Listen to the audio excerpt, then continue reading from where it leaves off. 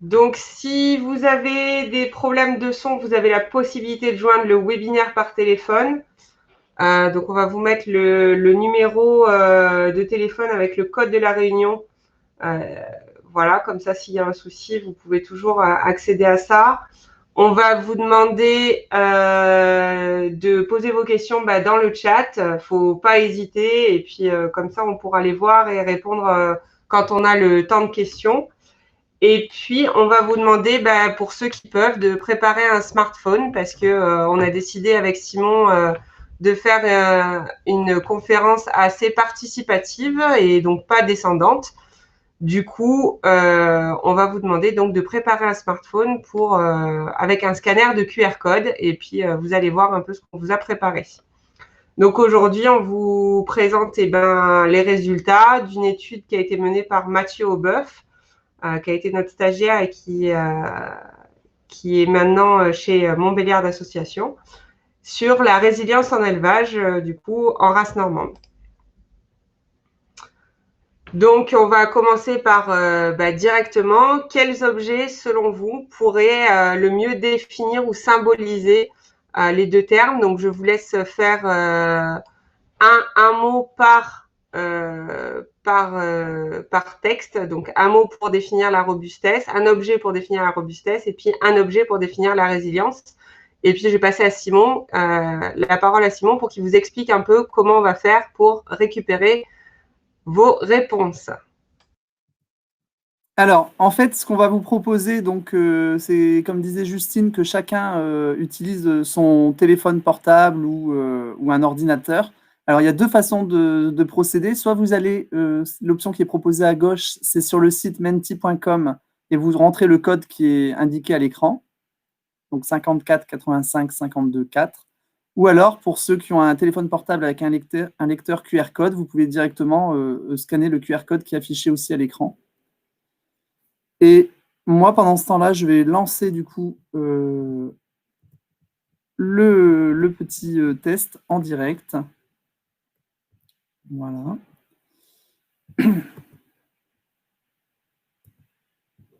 Donc normalement, le test est parti. Donc si vous avez des soucis, n'hésitez pas dans le chat à nous en faire part pour qu'on essaye de voir comment on pourrait régler éventuellement les problèmes. Pour la première, on va laisser un petit peu de temps pour que vous ayez la possibilité d'essayer de vous connecter de différentes manières pour ceux qui n'auraient pas de téléphone. Et après, il y a toujours aussi possibilité, pour ceux qui n'ont pas ces options téléphone ou ordinateur, de rentrer directement les mots dans le chat. Bien sûr, c'est aussi une possibilité. Alors du coup, la question, à quel objet définissent pour vous le mieux la résilience et la robustesse? Alors, si vous voulez préciser, ce que vous pouvez faire quand vous rentrez les mots sur l'application, c'est de bien dire quel mot définit, quel objet pour vous définit la résilience ou quel objet définit la robustesse. Vous avez plusieurs possibilités de saisie. Donc, je vois qu'il y a déjà un certain nombre de participants qui ont réussi à se connecter. Je les remercie. Avec une preuve de certaine imagination.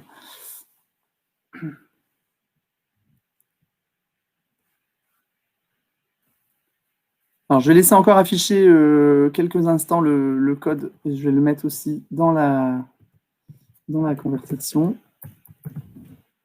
On va changer d'écran.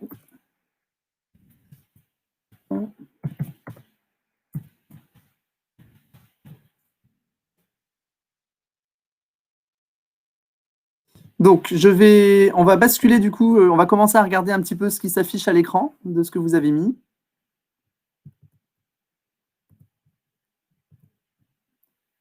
Alors, là, on a déjà 22 participants qui ont mis des choses. Donc, vous pouvez continuer à renseigner. On voit assez fortement, il y a un mot qui a été très écrit, c'est élastique.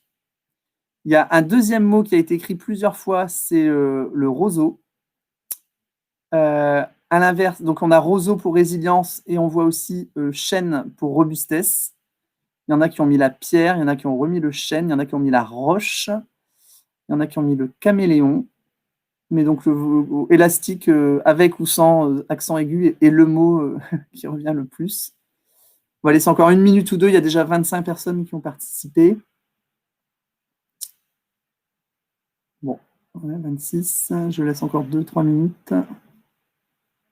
Alors, pour ceux qui n'ont pas eu le temps de... Ça continue, donc je vais laisser un petit peu. Pour ceux qui n'ont pas encore eu le temps, ne vous inquiétez pas, on a prévu pas mal de séquences comme ça, donc vous pourrez, si vous n'arrivez pas pour cette première fois, vous pouvez le faire pour les fois d'après. Donc, il y a le caméléon qui ressort aussi. La colle, le bouclier, la constance. Ok. Bah, merci à tous pour votre participation. On va essayer de continuer un peu sur ce rythme de partage. Il y a déjà 31 personnes qui ont répondu. Et donc, je vais laisser, on va revenir sur le webinaire. Donc, je termine le partage. Donc, hop, et on peut revenir sur la présentation. Donc, merci à tous pour avoir participé. Du coup, nous, on va vous proposer une petite démonstration de nos objets qui illustrent notre quotidien et qui illustrent aussi ces deux termes.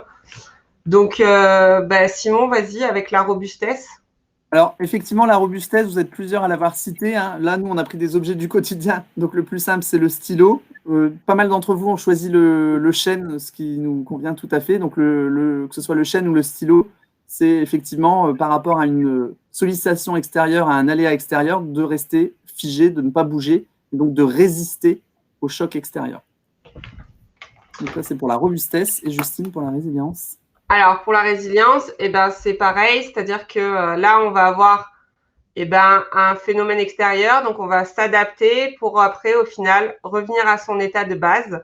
Et donc ça, c'est vraiment la résilience, c'est la capacité du coup à pouvoir revenir, s'adapter et revenir au point de départ après un aléa.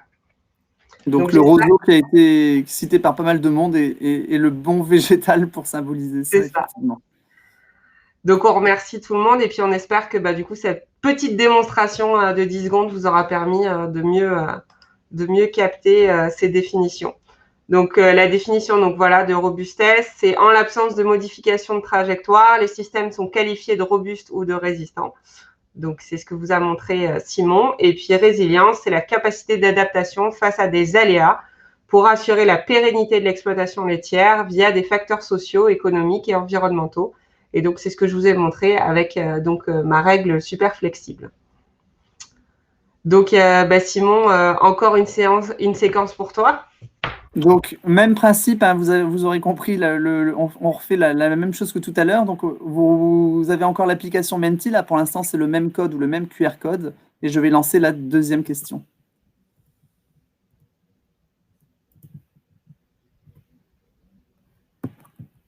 Donc, la deuxième question est lancée. Donc, il y a déjà pas mal de... Je vais attendre 2-3 secondes. Donc, en fait, là, il y aura un compte à rebours. Donc, on augmente un petit peu la difficulté. Donc, j'attends qu'il y ait à peu près une trentaine de participants, parce que c'est ce qu'on avait pour la première question. Donc, on est presque à 30 personnes. Et donc, la question, sur combien de piliers s'appuie la résilience? Donc, je lance la question. Alors, tous ceux qui ne sont pas encore connectés, vous avez encore le temps de le faire pendant ce temps-là.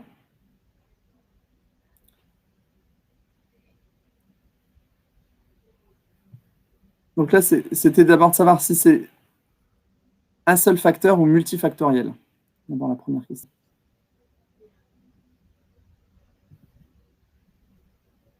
Alors, je vais basculer. Hop. On va revenir. Donc, je repartage mon écran pour vous montrer un petit peu ce que ça donne en termes de résultats. Hop. Donc, si ça fonctionne, si vous voyez bien mon écran, donc vous avez été très largement, vous avez très largement répondu pour multifactoriel. Et donc, tout à fait. Et donc, il y a une seule personne qui a mis un seul facteur. Et on va essayer de rentrer un petit peu plus dans le vif du détail, dans le vif du sujet, pour savoir combien, effectivement, de piliers concernent la résilience.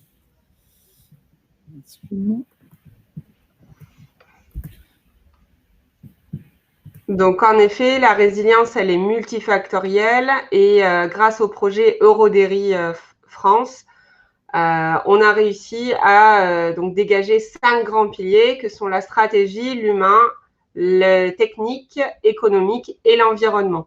Et donc, pour ça, on va vous les présenter un par un de façon un peu plus fine pour vous orienter sur ce qu'il y a derrière ces mots. Donc déjà, la stratégie, en fait, c'est de savoir, ça va être des questions autour du, est-ce qu'on a des objectifs à long, moyen terme? Est-ce qu'on a des objectifs bien précis ou est-ce que c'est flou? Est-ce qu'on sait ce qui va se passer sur l'exploitation? Est-ce qu'on a En fait, c'est vraiment, est-ce qu'il y a un pilote dans l'avion, si je peux me permettre, dans l'exploitation? Est-ce qu'on sait où on va? Donc, Simon, je te laisse présenter la suite. Voilà. Donc, en fait, sur la question sur le côté humain, donc nous, il y a 5 familles qui ont été définies dans le cadre, suite au cadre du projet Eurodairy sur la résilience. Et donc, sur le côté humain, en fait, qu'est-ce qui va être pris en compte pour vérifier que l'exploitation est résiliente? Ça va être à la fois les questions autour du bien-être de l'éleveur, savoir si l'éleveur vit bien son métier, s'il n'est pas surchargé de travail, s'il arrive à se lever le matin sans être déprimé, s'il arrive à prendre des congés, ce genre de choses. Si ça répond aux attentes sociétales, c'est-à-dire aussi s'il n'y a pas de conflit, par exemple, de voisinage, si l'agriculteur est bien ancré dans son territoire, avec des bonnes relations avec à la fois ses voisins, les élus, etc. Et donc, pour retenir un petit peu cette phase, ce volet humain, la question générale qu'il faut retenir, c'est est-ce que l'éleveur est plutôt débordé, en a par-dessus la tête, ou est-ce qu'il est plutôt bien dans ses baskets et bien dans son métier?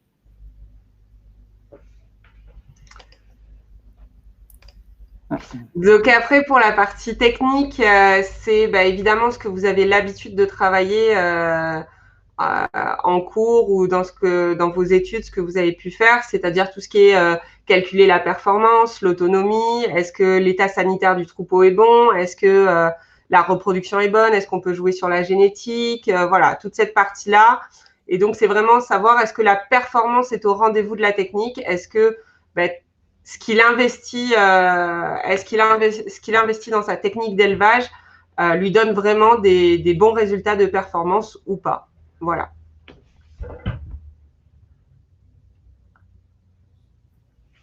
Alors, sur le volet économique, donc là, c'est des choses peut-être un peu plus classiques, enfin en tout cas que les conseillers qui travaillent dans l'élevage, etc., ont plus l'habitude de regarder. On va regarder tout ce qui est autour du prix. Est-ce que l'éleveur arrive à avoir un niveau de prix suffisant pour ses produits et pour bien sûr se rémunérer? Son niveau d'endettement, c'est-à-dire qu'on peut avoir une bonne valorisation des produits, que ce soit le produit lait, le produit viande ou les produits des céréales, etc., mais avoir un niveau d'endettement très important qui peut remettre en cause la pérennité de l'exploitation et sa résilience sur le long terme. Et donc, on va regarder un petit peu aussi ce niveau-là. Tout ce qui est gestion comptable de l'exploitation, donc c'est pareil, c'est un petit peu plus sur des choses un petit peu plus à long terme, etc., de savoir si l'éleveur a ce qu'il faut pour pouvoir gérer son exploitation au-delà de ses dépenses quotidiennes. Et bien sûr, le plus important, on va dire, pour l'éleveur au final, c'est quel est son revenu disponible à la fin du mois, combien il a pour vivre, pour ses dépenses personnelles, combien il peut tirer de revenus de son exploitation. Et donc, la question qu'il faut retenir pour synthétiser ce volet, c'est est-ce que l'exploitation est rentable pour l'agriculteur? Du coup, le dernier volet, c'est l'environnement. Donc, vous savez que c'est quelque chose qui est de plus en plus important dans la partie de l'élevage, puisqu'on a des réglementations qui vont évoluer, notamment avec le verdissement de la PAC et le Green Deal, les attentes sociétales qui ne cessent d'augmenter et du coup de poser des contraintes certaines en élevage, le réchauffement climatique, où l'agriculture est un peu mise à mal dessus et auquel l'agriculteur de demain devra répondre et devra faire des choix pour limiter son impact sur le réchauffement climatique.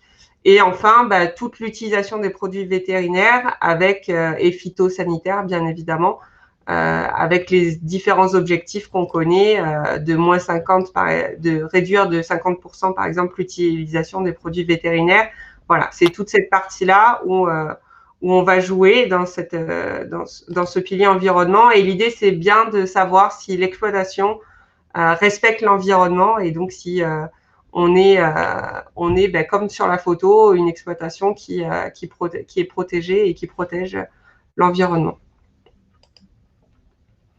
Alors, tout ce qu'on vous a présenté là, c'était un petit peu le cadre de ce qu'on allait regarder dans la résilience. En fait, à la suite du projet EuroDERI, il y a eu un outil donc, qui a été formalisé pour avoir une note de résilience sur ces 5 piliers de la résilience. Et en fait, en partenariat avec l'Ouest normande, ce qui a été fait, c'est sur un échantillon d'élevage en race normande. Donc, il y en avait 32 élevages, dont 15 qui appartiennent à ce qu'on appelle le réseau normande, qui est un réseau spécifique. Donc, il y a eu d'autres élevages, alors notamment via le dispositif Inosis réseau d'élevage, qui ont été enquêtés. Donc, c'est des enquêtes en exploitation avec un certain nombre de questions. Ça dure à peu près environ 1h30 sur place.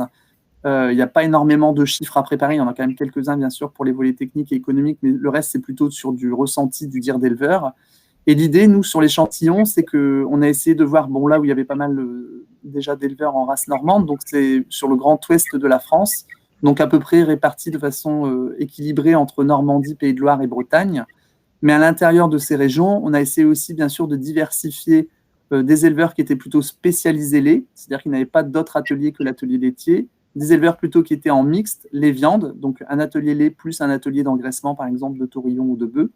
Et puis enfin, des exploitations plutôt de polyculture élevage, donc un atelier spécialisé plus des cultures à côté. Et on a regardé aussi, donc ça c'est un premier critère de diversification de notre échantillon. Et un deuxième critère, c'était par rapport aux surfaces en fourrage. On a essayé de voir des systèmes qui étaient plutôt très maïs-herbe ou très herbagés. Donc, on a regardé aussi pour avoir… les hypothèses derrière ça, c'est qu'on se dit que la résilience peut varier peut-être selon soit son niveau de diversification de son exploitation, soit son niveau d'intensité fourragère. Et enfin, dernier point, c'est est-ce que l'exploitation est sous signe de qualité, que ce soit des AOP ou du bio, pour ce qui concerne surtout les systèmes en race normande.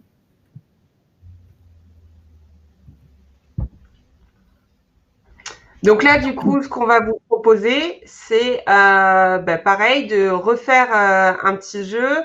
On vous invite à y répondre. Quelles sont, selon vous, les différences entre les élevages les plus résilients et les moins résilients, puisque derrière, on va vous présenter les résultats de l'étude. Donc, savoir si, avec tout ce qu'on vous a présenté de cadre, vous avez un peu un premier avis. Donc, même système que d'habitude. Donc, vous allez sur la même application avec le même code et la question est lancée. Il y a déjà à peu près une petite dizaine de participants qui sont déjà connectés. Donc, je n'ai pas encore lancé le compte à rebours.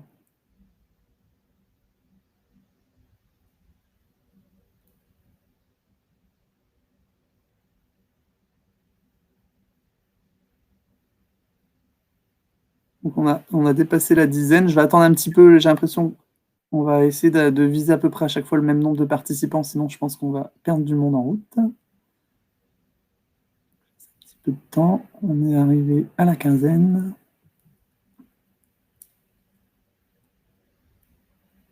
On n'a pas eu de questions dans le chat. Ça veut dire qu'il n'y a personne qui n'arrive pas à accéder à cette application? Ça fonctionne pour tout le monde. Sinon, n'hésitez pas, pour ceux qui n'y arrivent pas, à mettre directement vos appréciations ou vos commentaires dans la partie de chat.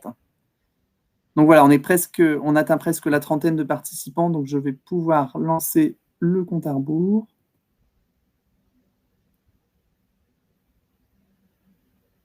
Alors, pardon, c'était pas… Alors, un petit souci, voilà.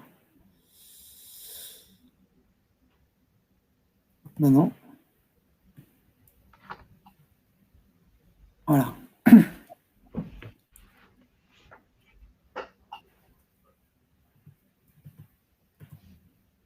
Donc ça y est, normalement, c'est lancé. Je vais peut-être pouvoir commencer à partager mon écran à nouveau.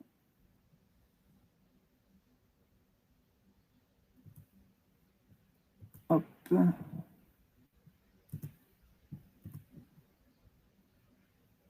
Donc tout le monde n'a pas encore pu répondre. Il y a à peu près voilà, une vingtaine de participants. Donc, quand on vous pose la question, quelles sont selon vous les différences majeures entre les systèmes résilients et peu résilients? Donc, le mot là qui apparaît de façon qui a été donné par le plus de monde, c'est l'adaptation des systèmes donc, qui sont plus résilients par rapport à ceux qui seraient moins résilients. Après, il y a d'autres termes qui apparaissent, la rentabilité, le niveau de production, la diversification. Après, on a des choses qui sont citées que par quelques personnes. Alors, les légumineuses, la trésorerie, la part de SFP, les signes de qualité, le nombre d'ateliers, le type de système, le niveau de spécialisation, le niveau d'endettement, le type de ration, le type de système. Voilà, rebondissement, animaux, légumineuses, je l'ai déjà dit, autonomie. Donc, enfin, en tout cas, le mot-clé qui ressort très largement. Après, on voit aussi âge du chef d'exploitation. Je ne sais pas s'il faut sous-entendre que plus on est jeune, plus on est résilient, ou l'inverse, je ne sais pas dans quel sens c'était. Bon, je pense qu'on a quasiment atteint la trentaine, donc on va pouvoir revenir à l'écran principal. Mais donc, ce que vous nous citez de façon prégnante, c'est la capacité d'adaptation du système. Voilà, hop, je reviens au diaporama.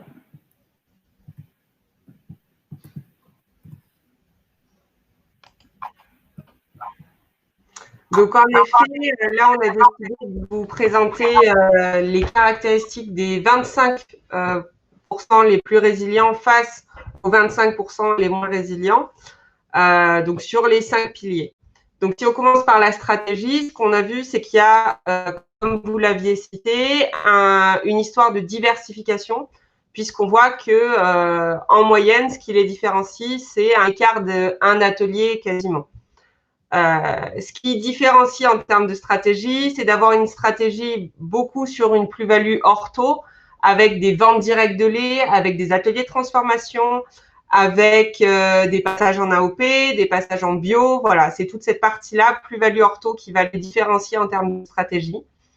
Et aussi une partie sur la recherche d'adaptation aux aléas climatiques, qui forcément peut être liée aux diverses diversifications qu'on peut avoir, puisqu'on sait très bien que des cahiers des charges SICO entraînent forcément des contraintes pour la recherche d'adaptation aux aléas climatiques.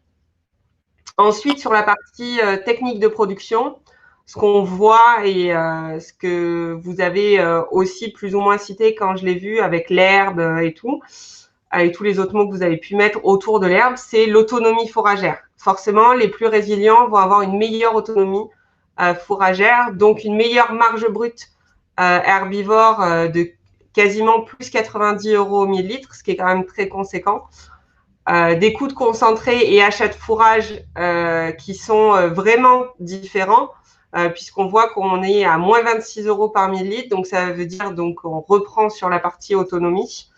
Et puis, une gestion de la santé qui va être plus autonome et qui va être plus efficiente pour permettre, du coup, on va être plus sur la partie prévention que la partie curative, ce qui fait que dans la gestion de la santé, on a quand même moins de problèmes sur la gestion des mammites, la gestion des cellules, qui du coup rejouent sur la partie stratégie, forcément, avec des plus-values.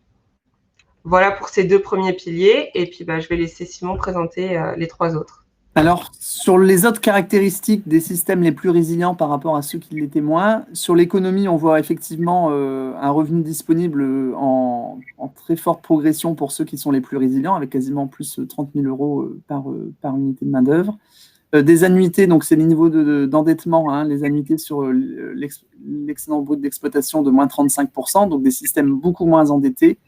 Et également le BE sur le produit brut, qui est un critère d'efficience de l'exploitation, la capacité en fait à dégager du revenu, qui est plus élevé aussi sur ces systèmes-là. Sur le côté humain, les systèmes les plus résilients, en fait, on voit la différence importante sur la charge de travail qu'il peut y avoir sur ces exploitations. Les systèmes les plus résilients, vous les voyez, donc ils sont en vert sur l'écran, sont très principalement représentés dans les catégories de moins de 50 heures de travail par semaine. Ils sont très présents aussi dans les 50-60 heures, par contre très peu présents dans ceux qui font de plus de 60 heures et plus, dans lequel, par contre, on retrouve fortement les moins résilients. Donc, l'impact du travail sur le bien-être de l'éleveur, elle est quand même plus faible. Et c'est une forte adéquation avec les attentes sociétales, c'est-à-dire que les agriculteurs d'aujourd'hui qui veulent s'installer ne veulent pas forcément faire des semaines à rallonge. Alors déjà, 50 heures, vous allez me dire, c'est déjà pas mal. Mais le but, c'est vraiment pas d'avoir des exploitations dans lesquelles on est un peu esclave de son travail. Hein, c'est un des termes qui avait été donné. Alors, il y a une question sur le côté. Les éleveurs interrogés se considèrent-ils comme résilients, sous-estiment ou surestiment-ils leur résilience? Alors, en fait, quand on a fait ces différentes enquêtes, alors déjà, le terme résilient est pas encore, il peut être un peu galvaudé et pas forcément toujours bien maîtrisé, j'ai envie de dire. Donc déjà, il faut un petit peu réexpliquer, comme on l'a fait en début de cette présentation, sur qu'est-ce que c'est que la résilience. Et en fait, ce qu'on s'est aperçu, mais ça reviendra dans les autres résultats, c'est que généralement, il y a un prisme de la résilience uniquement sur les côtés techniques et économiques. C'est-à-dire, si on considère qu'on a un bon revenu et si on considère qu'on a des bons niveaux de production, d'efficience de ces animaux, de niveau de production de ces vaches, etc., on a tendance à considérer que c'est suffisant.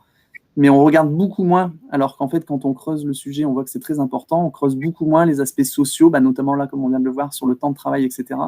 Et donc, des fois, ça peut justement, le but de faire ce type de diagnostic, c'est un peu de les sensibiliser sur le fait que si on a un très bon revenu, des très bonnes conditions, des très bons niveaux de technicité, etc., mais que l'exploitation, alors là, on parle du travail, hein, mais aussi, il y a bien sûr la transmissibilité de l'exploitation, enfin, il y a d'autres critères qui rentrent en compte, ou des conflits de voisinage très importants, et ben finalement, l'exploitation, elle aura peut-être du mal à perdurer dans le futur, alors qu'en fait, elle arrive à dégager du revenu. Dégager du revenu, c'est essentiel, hein, c'est nécessaire, bien sûr, pour les éleveurs, mais ce n'est pas suffisant pour expliquer la résilience. Donc, pour répondre clairement, souvent, les éleveurs n'avaient pas conscience qu'il y avait 5 piliers derrière la résilience et ne s'étaient pas forcément interrogés sur l'ensemble. Et bon, ça, on y reviendra aussi tout à l'heure, mais la résilience, c'est important, c'est-à-dire qu'il y a un seul des piliers qui est un peu en fragilité, c'est l'ensemble de l'exploitation qui peut se retrouver en fragilité. Donc, c'est important d'être, entre guillemets, costaud sur ces 5 piliers, quoi. Et s'il y a un seul pilier qui est un petit peu en décalage, ça peut remettre en cause la résilience globale de l'exploitation. Il n'y a pas de compensation entre les piliers, quoi. Je ne sais pas si ça répond. Alors, il y a une autre... Non, c'est ça. OK. Je continue. Alors, sur l'environnement, donc ça, c'est des choses qui... Alors là, il peut y avoir des choses qui se recoupent avec ce qu'on a déjà vu par ailleurs. Sur les systèmes les plus résilients, donc là, c'est vrai que la part d'herbe dans la SAU est souvent un facteur qui était lié à une meilleure résilience.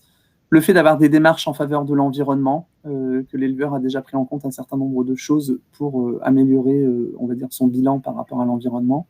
Des pratiques plus économes en traitement vétérinaire, une meilleure gestion de la biodiversité et enfin des mesures prises pour avoir des économies et des productions d'énergie qui peuvent être faites sur les exploitations actuellement.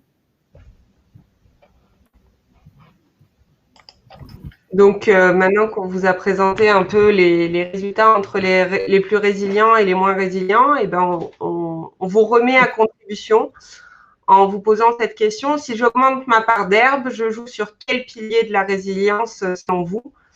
Sachant que, vous voyez, il y a plusieurs réponses possibles, forcément. Donc, au vu de ce qu'on vous a présenté, on vous laisse répondre sur les mêmes conditions que précédemment avec Mentimentor pour pouvoir vous présenter à la suite les résultats que nous avons eus sur notre échantillon. Donc pour l'instant, on a une vingtaine de connectés, donc j'attends un petit peu pour arriver un peu à notre trentaine de participants. Voilà, on s'en approche. On a dépassé les 25. Voilà, hop. Je commence. Pour ceux qui arriveront en retard, vous aurez un petit peu moins de temps pour répondre. Donc, c'est parti. Donc, si j'augmente ma part d'herbe, je joue sur quel pilier de la résilience parmi les 5?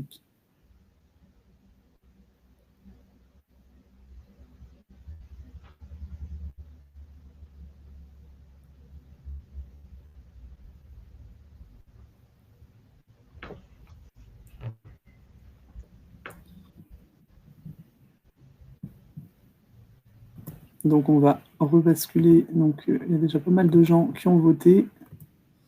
Donc, je repartage l'écran pour qu'on voit ce qui s'affiche. Donc, vous avez été... alors, c'est un peu réparti, mais il y a quand même une très forte majorité d'entre vous. Il y a à peu près la moitié d'entre vous qui ont répondu l'environnement. Donc, on verra si c'est dans les bonnes réponses. Ensuite, vous avez un peu réparti vos voix entre stratégie, technique et économie.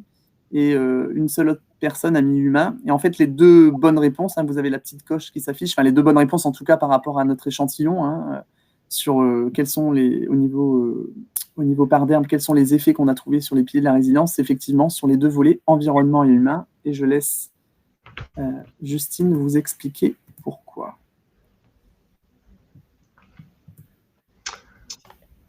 Donc, voici les résultats de l'étude. Donc, vous avez en ligne le nombre d'exploitations concernées et le système. Donc, première ligne, herbe, deuxième, maïs, troisième, herbe plus maïs. Vous avez donc les piliers de la résilience qui sont là, donc stratégie, technique, économie, environnement, humain. Et en fait, les petits a et petits b montrent si c'est discriminant ou pas, c'est-à-dire est-ce que c'est vraiment significatif le résultat et différenciant ou pas.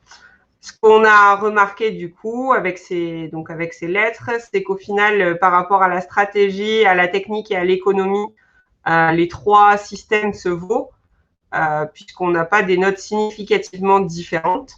Par contre, là où on va avoir des systèmes, des notes significativement différentes, ça va être sur les systèmes herbe et herbe plus maïs.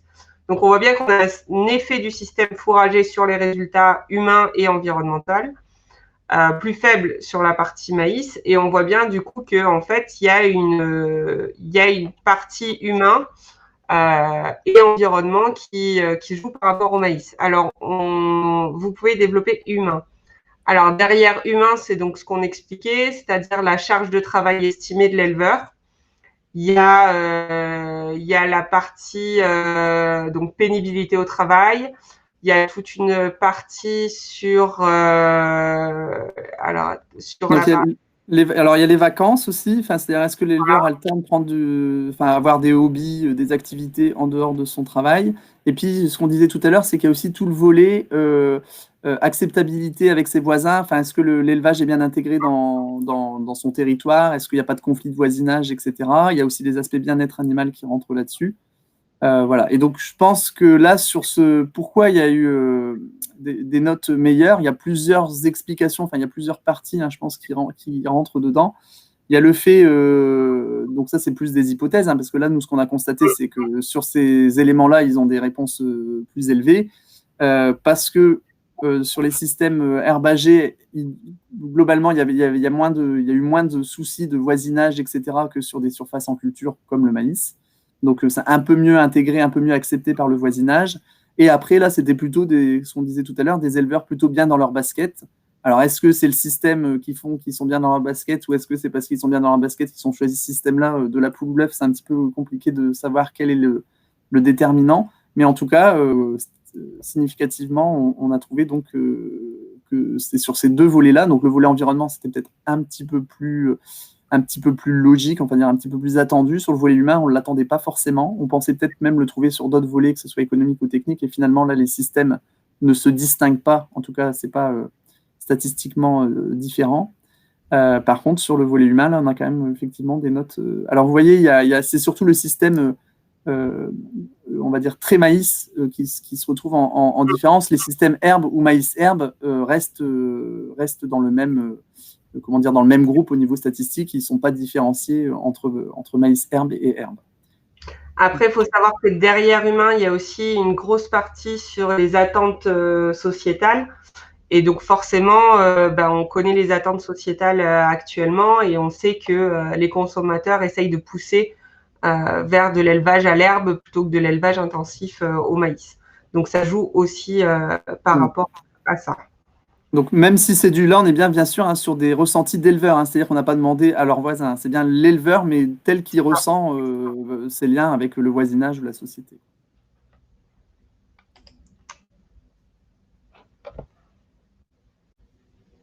Donc, à toi, Simon, pour cette question. Alors, la petite subtilité, c'est qu'on change de code Mentimeter, hein, ce qui est marqué sur la diapo. Donc, attention, vous devez, si vous étiez encore connecté sur l'ancien code, attention, ça change de code. Donc, merci de remettre les bonnes questions. Enfin, les bons identifiants, pardon. Ou le bon QR code. Et donc, la question, c'est si je suis en AOP ou en bio, donc en filière psycho, je joue sur quel pilier de la résilience? À vous de jouer. On a déjà une quinzaine de personnes. Pareil que d'habitude, je vais attendre qu'on ait à peu près atteint nos 25-30 avant de lancer le...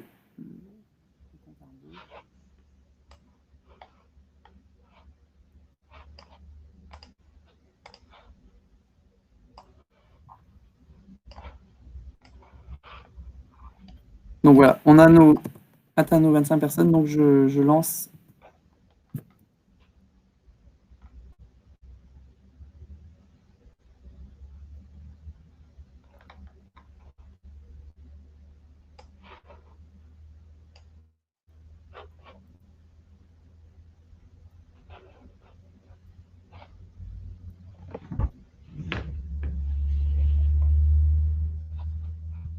Il y a déjà 23 votants.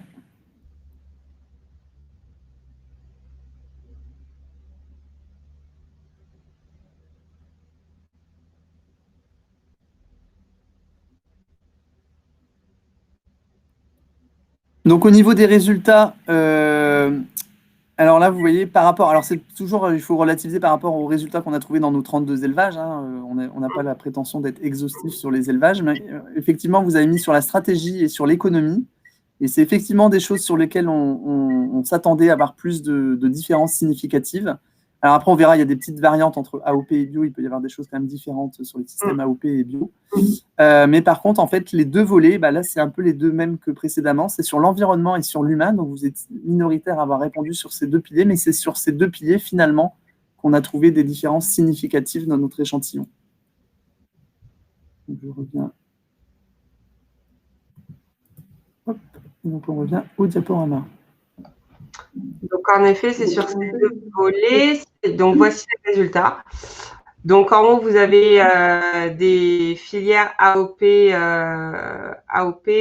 Donc, principalement, ça va être sur les AOP de Normandie. Ensuite, vous avez les bio et ensuite, vous avez les non participants à des signes de qualité SICO. Donc, on voit bien qu'on joue sur la partie environnement et sur la partie, donc nous, ce qu'on appelait note de résilience moyenne. Mais ça, c'est nous qui l'avons créé pour l'étude. Donc, c'est pas forcément... c'est pas forcément, du coup, une référence à prendre. En tout cas, ce qui est très important de savoir, c'est qu'on voit une différence significative entre les bio et les non-psycho.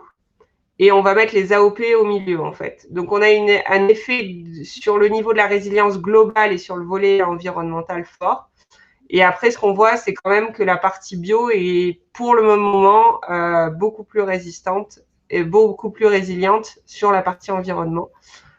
Et puis, sur la partie note globale, c'est-à-dire que si on essaye de faire un peu les moyennes de chaque, même si ce n'était pas le but de l'exercice et surtout le but de la résilience, puisqu'on sait très bien que la résilience est multifactorielle et que chacun ne compense pas l'autre.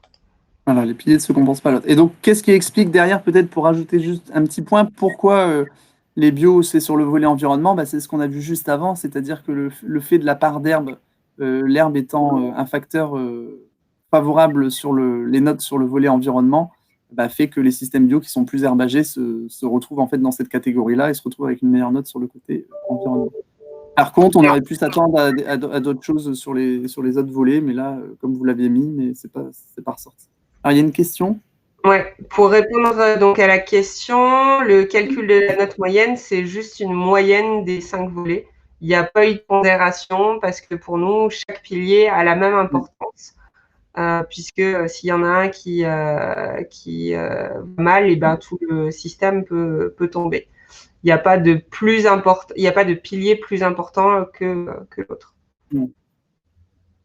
Donc, il faut retenir vraiment, c'est un peu le système du maillon faible, hein, la résilience, c'est-à-dire qu'on peut être excellent sur 4 piliers sur les 5. Si dans le dernier, parce qu'on a un gros souci, je reprends l'exemple du conflit de voisinage extrêmement lourd, par exemple sur une exploitation, on peut être très bon sur les autres. Si on a un seul des piliers qui, pour un facteur ou un autre, se retrouve avec une mauvaise note, il n'y a pas d'effet comment dire, de compensation. Donc, la résilience moyenne, là, on l'a regardé d'un point de vue statistique, mais en fait, d'un point de vue, on va dire, théorique, c'est pas quelque chose, il faut faire très, très attention parce que ça veut un peu rien dire, quoi.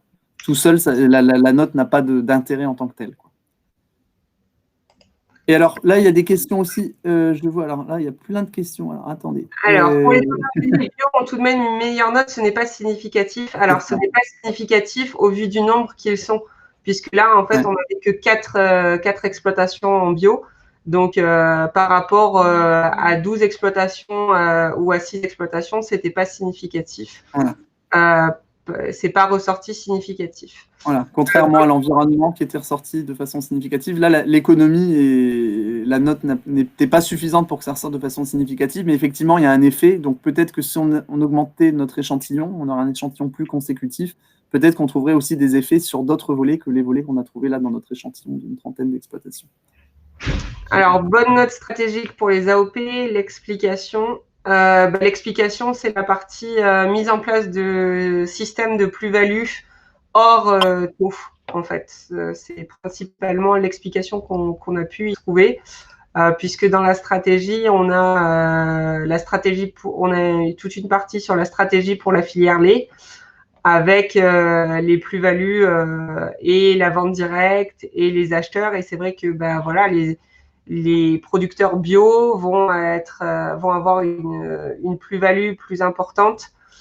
Ils vont peut-être avoir plus tendance à faire de la vente directe et à se transformer à la ferme. Donc forcément, ça joue aussi sur la partie stratégique et sur la partie adaptation aux aléas climatiques qui est mis en place dans la stratégie, c'est-à-dire tout ce qui est mis en place pour diversifier les sources fourragères, où là, on sait que les cahiers des charges AOP entraînent certaines modifications des ressources fourragères.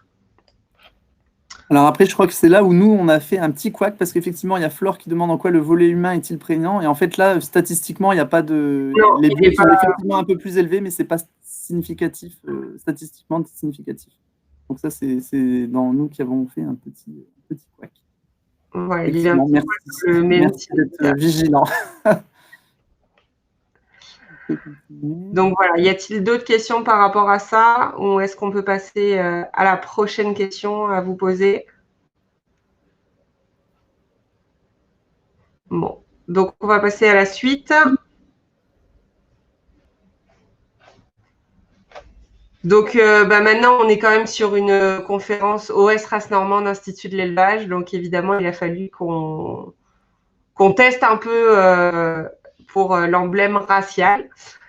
Donc, on va vous demander sur quel pilier, selon vous, les systèmes, alors c'est vraiment le système à base de Normande, se distingue du système avec d'autres races. Voilà. Donc, Simon, si tu veux développer un peu cette partie-là. Voilà. Donc en fait, là, l'idée donc on vous a dit, on avait regardé sur une trentaine d'exploitations en race normande, mais en fait, l'outil a été utilisé plus largement sur d'autres types de systèmes, pas spécifiques à la race normande. Et donc on a aussi, dans le cadre de ce stage, Mathieu, le stagiaire, a regardé aussi les effets, les comparaisons entre les systèmes autres races et notre échantillon de 30 exploitations. Donc là, il y a du coup il y a beaucoup plus d'exploitations pour cette dernière question. Et donc l'idée, c'est voilà, à votre avis, sur quel pilier la normande a quelque chose de différent de ce qu'on peut retrouver dans les mêmes types de diagnostics pour les systèmes avec d'autres races? Alors, je crois qu'il y a déjà, c'est bon, il y a déjà 25 personnes, donc je lance le petit test et je fais tout de suite le partage d'écran.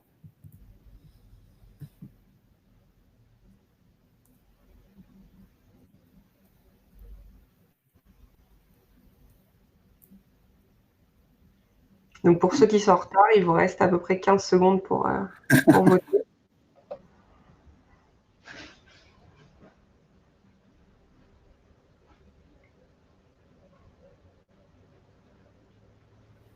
Donc, je pense que c'est là où on avait dû confondre avec la question précédente. Donc là, c'est très, très diversifié sur vos résultats. Donc, il y a l'environnement qui ressort avec 6 personnes, mais ce n'était pas forcément le plus cité. Il y a l'économie qui est au même niveau, la stratégie également, les techniques également, et l'humain qui a été cité que par une personne. Et effectivement, on va voir tout de suite les bonnes réponses. Je termine le partage pour revenir sur le diaporama. Justine donc, voici ce qui nous est ressorti. Donc, première colonne, vous avez les systèmes à base de race normande qui sont notre échantillon à nous, où vous aviez 32 élevages. Et puis, les systèmes autres races, majoritairement, donc comme c'était pris en Hauts-de-France, majoritairement Holstein, qui sont sur votre droite. La dernière colonne vous dit si c'est significatif, hautement significatif, et puis si c'est plutôt une tendance ou si c'est non significatif. Ce qu'on a vu, c'est qu'on avait forcément, on le savait, une tendance à ce que les Normandes produisent moins de lait que la partie un peu Holstein. Ça, c'était pas une nouveauté. Ce qu'on a vu, c'est que la SFP était par contre significativement différente en système normand et en système Holstein. Donc, on a une SFP beaucoup plus importante. Donc, on a des systèmes qui vont être beaucoup plus herbagés. En termes de chargement et de part d'herbe, du coup, dans la SAU, et forcément, c'est pareil. On va avoir significativement de la différence avec une part d'herbe beaucoup plus importante sur la SAU et des chargements qui vont être un peu moins importants, du coup, par rapport aux autres. Et on regarde que la main-d'œuvre ou le nombre de vaches, c'est ça qui est assez intéressant aussi. Il n'y a pas de différence significative, alors qu'on pourrait, on pourrait se dire qu'il peut y avoir des gros troupeaux chez l'un comme chez l'autre. Et en fait, non, on est sur des moyennes qui sont non significatives entre les deux échantillons. Du coup, quand on regarde les notes, ce qui donne la différence, donc on voit bien qu'il y a une différence entre la partie humain et la partie environnementale. Donc, on va être sur des élevages en race normande qui vont être moins intensifs, mais plus résilients, grâce aux aspects humains et environnementaux où ils sont favorisés et où ils se départagent des autres systèmes. Puisqu'on voit que pour la stratégie, pour la technique et pour l'économie, finalement, il n'y a pas de très grosses différences entre les deux. Voilà. Alors, ce qu'il faut bien... Ouais, pardon, voilà. Il faut bien retenir... moyenne.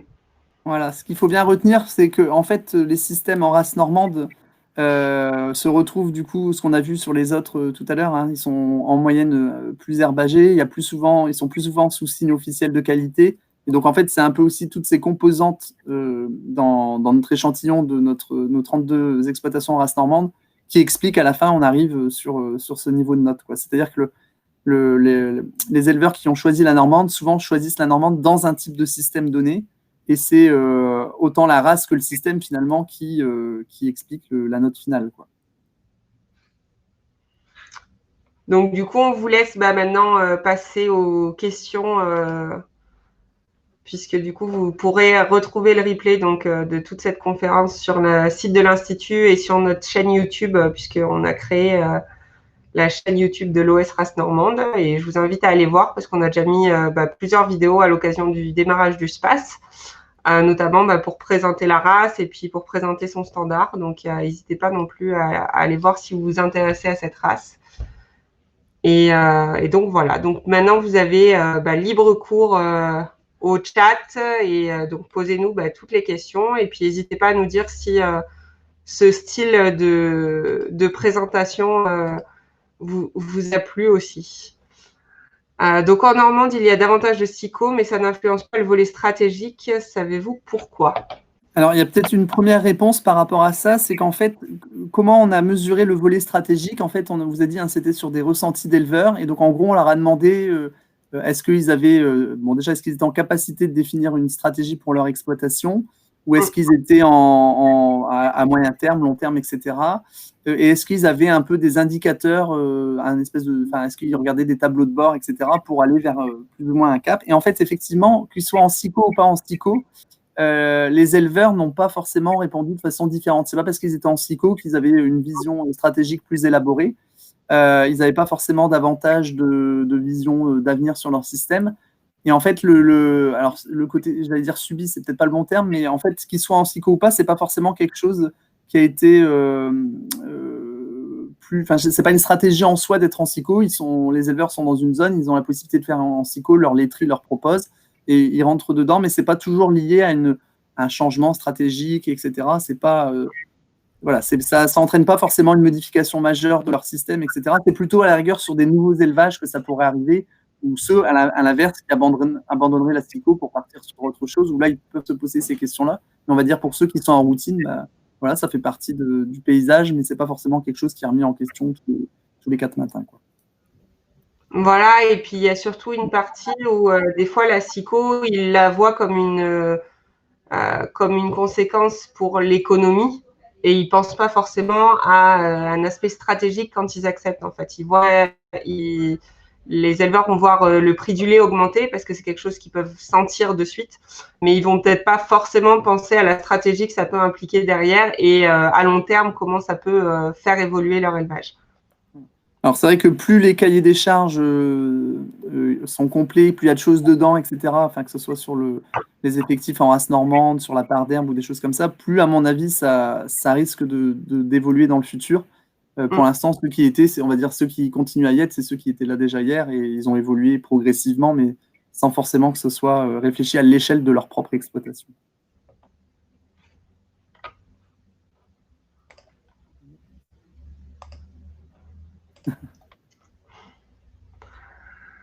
Y a-t-il d'autres questions?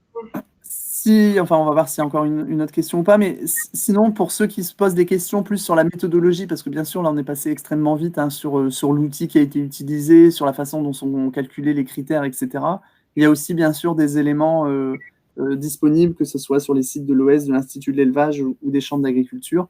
Donc, n'hésitez pas, si vous avez des questions aussi plus précises sur l'outil utilisé, on est tout à fait en capacité de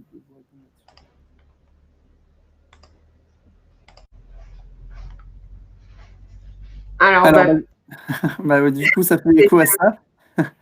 Avec des chiffres similaires pour d'autres races. Effectivement, voilà, l'outil il a été utilisé là dans le cadre de l'OS normande, mais en fait, c'est un outil qui a été développé au départ dans le cadre d'Eurodairy.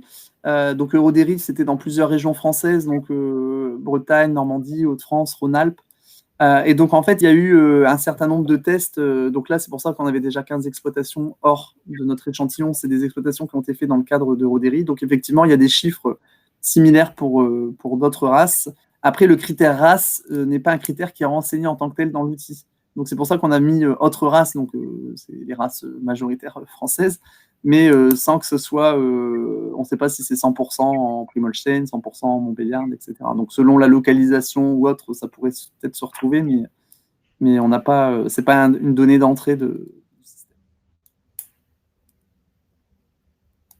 Mais après, voilà, si d'autres races se mettent à déployer l'outil, pourquoi pas refaire des éléments plus conséquents avec des échantillons plus conséquents pour essayer de voir si des choses impactent plus ou moins la résilience.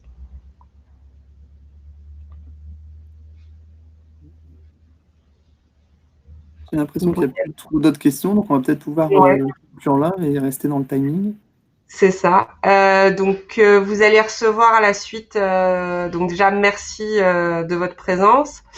Et puis, vous allez recevoir du coup à la suite de cette conférence un questionnaire que je vous encourage à remplir parce que là, pour le coup, c'était le premier essai qu'on a fait pour vulgariser un peu ces résultats en essayant une technologie pour essayer de vous faire participer au mieux puisque cette année, on n'a pas pu faire en physique.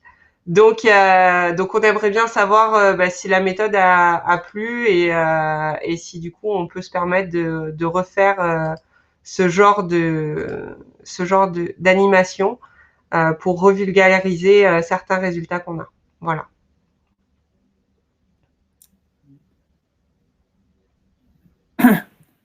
Donc, on va arrêter là. Donc, merci à tous. Donc, voilà, n'hésitez pas à réagir sur le fond comme sur la forme.